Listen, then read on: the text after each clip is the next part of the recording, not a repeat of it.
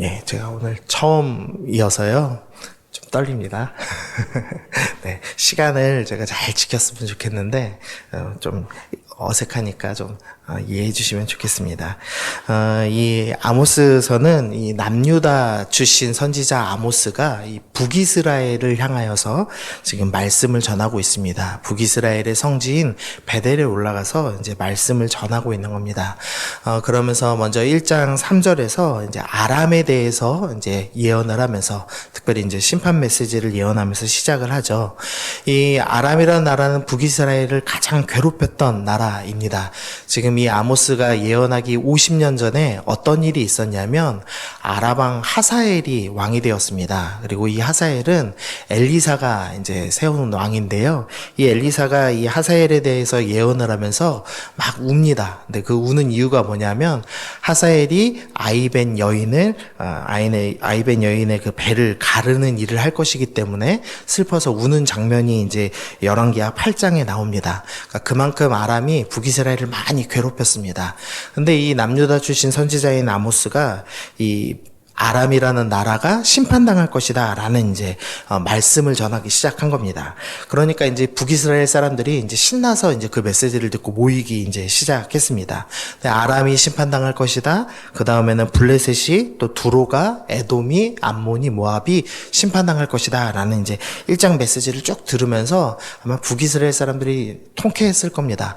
이제 우리도 중국이 망할 겁니다. 일본이 망할 겁니다. 이렇게 이제 예언 들으면은 왠지 좀 통쾌하잖아요. 이제 그런 이제 묘한 쾌감을 아마 경험했을 겁니다. 그리고 나서 이제 2장에 와서 뭐라고 예언을 하냐면 4절과 5절에서 남유다의 심판을 또 예언하는 겁니다. 이제 북이스라엘 입장에서는 형제 국가지만 얄밉잖아요. 근데 그 나라가 심판당한다고 하니 아마 더 이제 신났을 겁니다. 그랬는데 이제 갑자기 이제 2장 6절부터 북이스라엘 심판을 이야기하기 시작했습니다. 우리가 어제 보았지만 너희는 약자를 억압한다. 너희는 아버지와 아들이 한 여인과 성관계를 맺을 만큼 문란하다.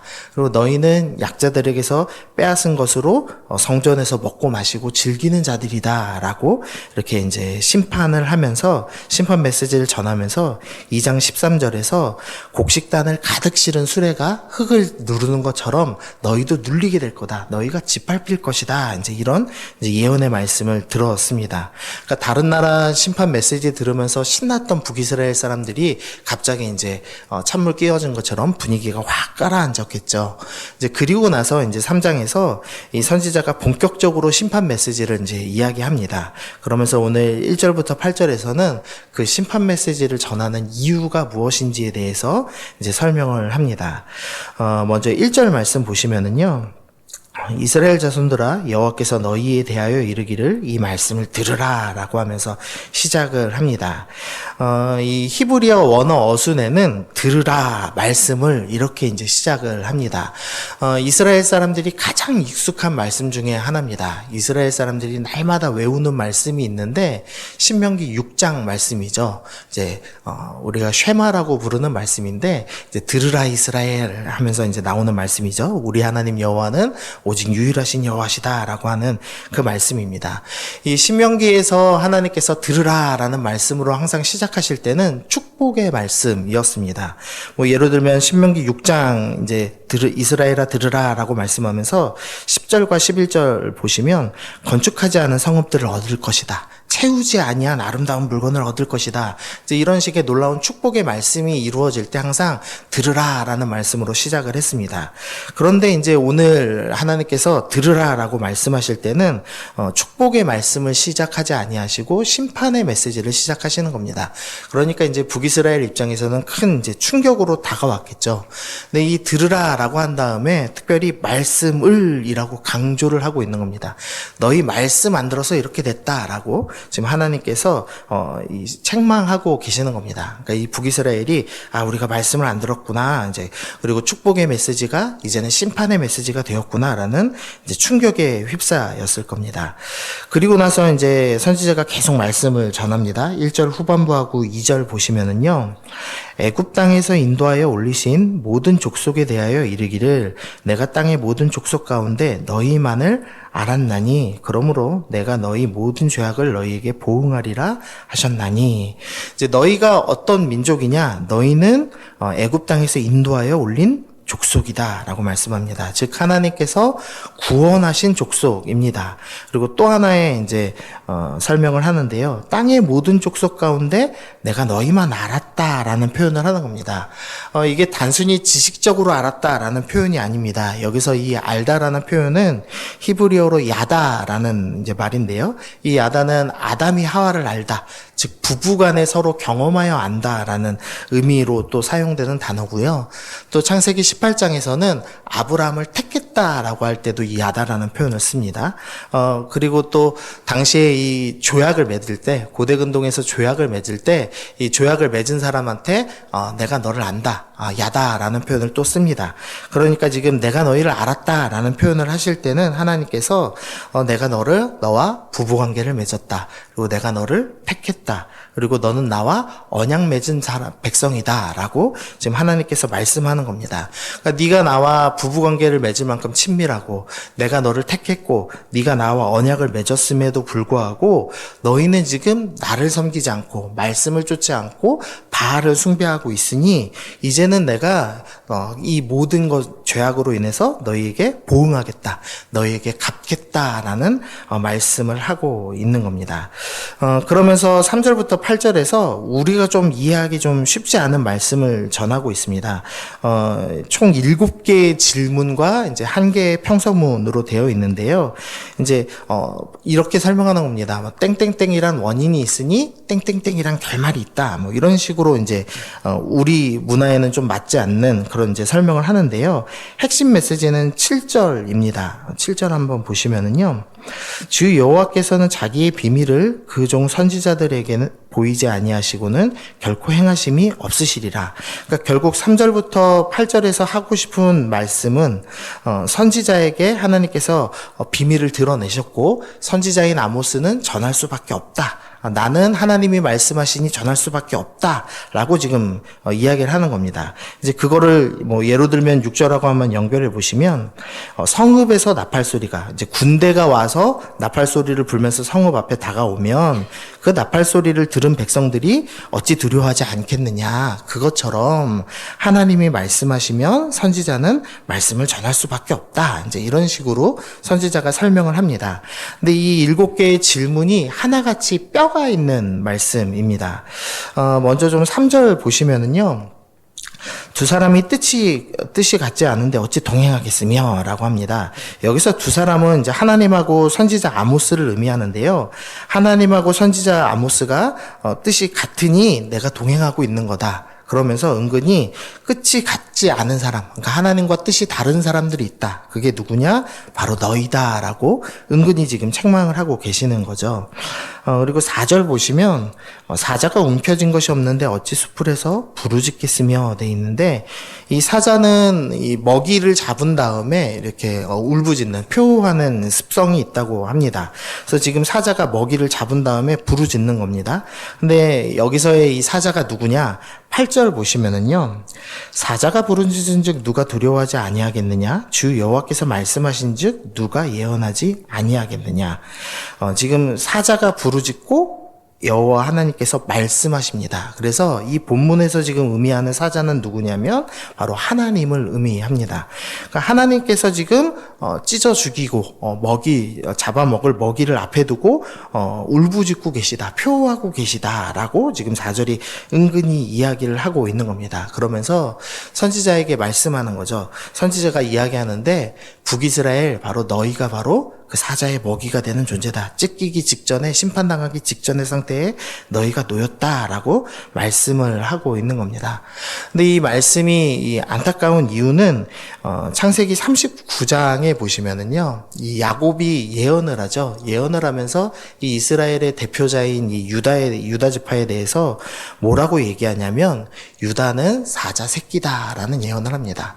그래서 하나님께서 이 이스라엘을 표현하실 때 사자라는 표현을 가끔씩 사용하시죠. 그러니까 하나님께서도 사자처럼 용맹하시니 너희는 새끼 사자이니 너희도 하나님 닮아서 용맹하게 세상 속에서 승리하며 살아야 된다. 이제 이렇게 많이 사자를 묘사하셨습니다. 그런데 지금 이스라엘은 이 부모인 하나님을 쫓지 않고 바알을 쫓고 세상을 쫓았습니다. 그래서 사자처럼 용맹하게 자란 것이 아니라 사자의 먹이가 돼서 찢기기 직전이 되었다. 지금 이제 이렇게 묘사를 하고 있는 겁니다. 또 5절 보시면 덫이 땅을 놓지 않았는데 새가 어찌 거기 치이겠으며 잡은 것이 없는데 덫이 어찌 땅에서 튀겠느냐. 이 무슨 소리냐면 이 새를 잡으려고 덫을 놓았습니다. 그랬더니 이제 새가 잡혔습니다. 그래서 새가 막 이제 발버둥 치겠죠. 그랬는데 덫이 이렇게 튀어 오르기만 하지 이제 새가 갇혀서 나오지 못하는 모습을 보여주고 있는 겁니다.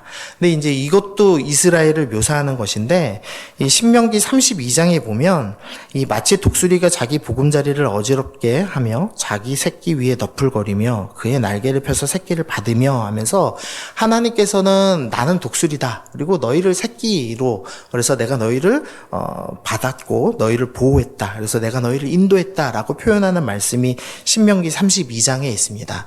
그래서 즉 이스라엘은 이제 새끼 독수리인 거죠. 그래서 하나님처럼 날아올라야 했습니다. 그래서 이사야가 이제 뭐라고 예언했냐면 오직 여호와를 앙망하는 자는 새 힘을 얻으리니 독수리가 날개치며 올라간 것 같겠고 이런 예언을 하죠. 너희는 그 하나님을 닮아 독수리가 되어서 날아올라야 된다. 땅의 것을 구하지 않고 하늘의 것을 구하며 하나님을 소망하며 날아야 되는 존재였는데 너희는 세상 것을 탐하다가 덫에 걸린 새가 되었다라고 지금 말씀하고 있는 겁니다. 또 6절 보시면요. 성읍에서 나팔이 울리는데 백성이 어찌 두려워하지 아니하겠느냐라고 되어 있습니다. 이 고대 근동에서는 전쟁을 할 때 항상 이 나팔을 울리면서 이제 전쟁을 합니다. 그러니까 나팔 소리가 나면은 이제 공격하는 군대가 이제 공격을 하게 되죠. 그리고 이제 그 성 안에 있는 백성들은 두려워 떨 수밖에 없습니다. 근데 원래 하나님의 백성은 어떤 역할이냐? 하나님의 군대가 되어서 이 나팔 소리가 들리면 공격하는 존재가 돼야 됩니다. 그래서 나팔 소리가 들으면 이제 기뻐하는 존재가 되어야 합니다. 그런데 지금 이제 이스라엘 백성들이 어떻게 됐냐면 나팔 소리 들으면 두려워해야 되는, 심판당해야 되는, 망해야 되는 존재가 되었다라고 말씀을 하고 있는 겁니다. 원래 하나님 백성은 나팔 소리를 들으면 어떻게 되냐? 이 고린도전서 15장에 보시면 15장 52절에 나팔 소리가 나며 죽은 자는 썩지 아니할 것으로 다시 살아나고 우리도 변화되리라. 이 무슨 의미냐면 너희는 하나님의 군대여서 나팔 소리를 들으면 심지어 죽음까지도 이기는 존재다. 너희는 부활하게 되는 존재다라고 주님이 말씀하시는 겁니다. 그런데 북이스라엘은 이 나팔 소리를 들으며 하나님의 편에 선 것이 아니라 하나님의 대적자의 편에 서 있기 때문에 심판받을 수밖에 없게 되었다라는 지금 메시지를 아모스가 전하고 있는 겁니다. 정리를 좀 해보면은요. 이 지금 선지자가 심판 메시지를 전할 수밖에 없는 그 이유를 설명합니다. 그러면서 너희는 하나님이 아는 존재, 하나님과 야다의 관계를 맺은 민족이었다. 너희는 하나님과 부부 관계를 맺었고 언약 관계를 맺은 존재가 되었는데 그래서 너희는 새끼 사자였고 새끼 독수리였고 나팔 소리에 기뻐하는 하나님의 군대가 되었어야 한다. 그런데 너희는 지금 사자의 먹이가 되었고 덫에 걸린 새가 되었고 나팔 소리에 두려워 떠는 백성이 되었다라고 말씀하고 있는 겁니다. 그러면서 하나님께서 이 심판이 이루어지기 전에 무조건 내가 선지자를 통해서 먼저 말씀을 전한다. 그러니 선지자의 말씀을 듣고 회개해야 된다라고 오늘 본문이 말씀을 하고 있는 겁니다. 우리는 하나님의 백성입니다. 우리는 세상 가운데 사자처럼 용맹하게 싸우고 승리하는 존재가 돼야 되고 독수리처럼 땅의 것을 보는 것이 아니라 하늘의 것을 보며 하나님을 앙망하고 소망하며 세상 가운데 살아가는 존재가 되어야 되고 하나님의 나팔 소리를 기대하고 하나님의 군대로 승리하는 삶을 살아야 되는 존재입니다. 그런데 지금 우리가 어떤 모습에 처해 있는지 좀 스스로 좀 생각해 보시면 좋겠습니다. 내가 정말 사자처럼 용맹하게 세상 가운데 승리하고 있는가? 내가 하나님을 소망하면서 오늘도 힘차게 하늘을 바라보며 날아가고 있는가?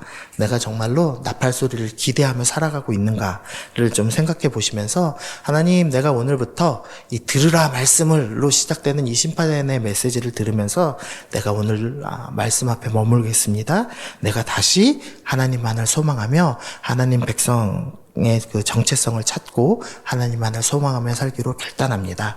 우리 그렇게 고백하시면서 오늘 나아가시면 좋겠습니다. 네, 우리 기도하시겠습니다. 하나님 아버지 감사합니다. 하나님 오늘도 우리를 말씀을 통해 깨워주시니 감사합니다. 우리가 새끼 사자였고 새끼 독수리였음을 다시 기억하게 하시니 감사합니다.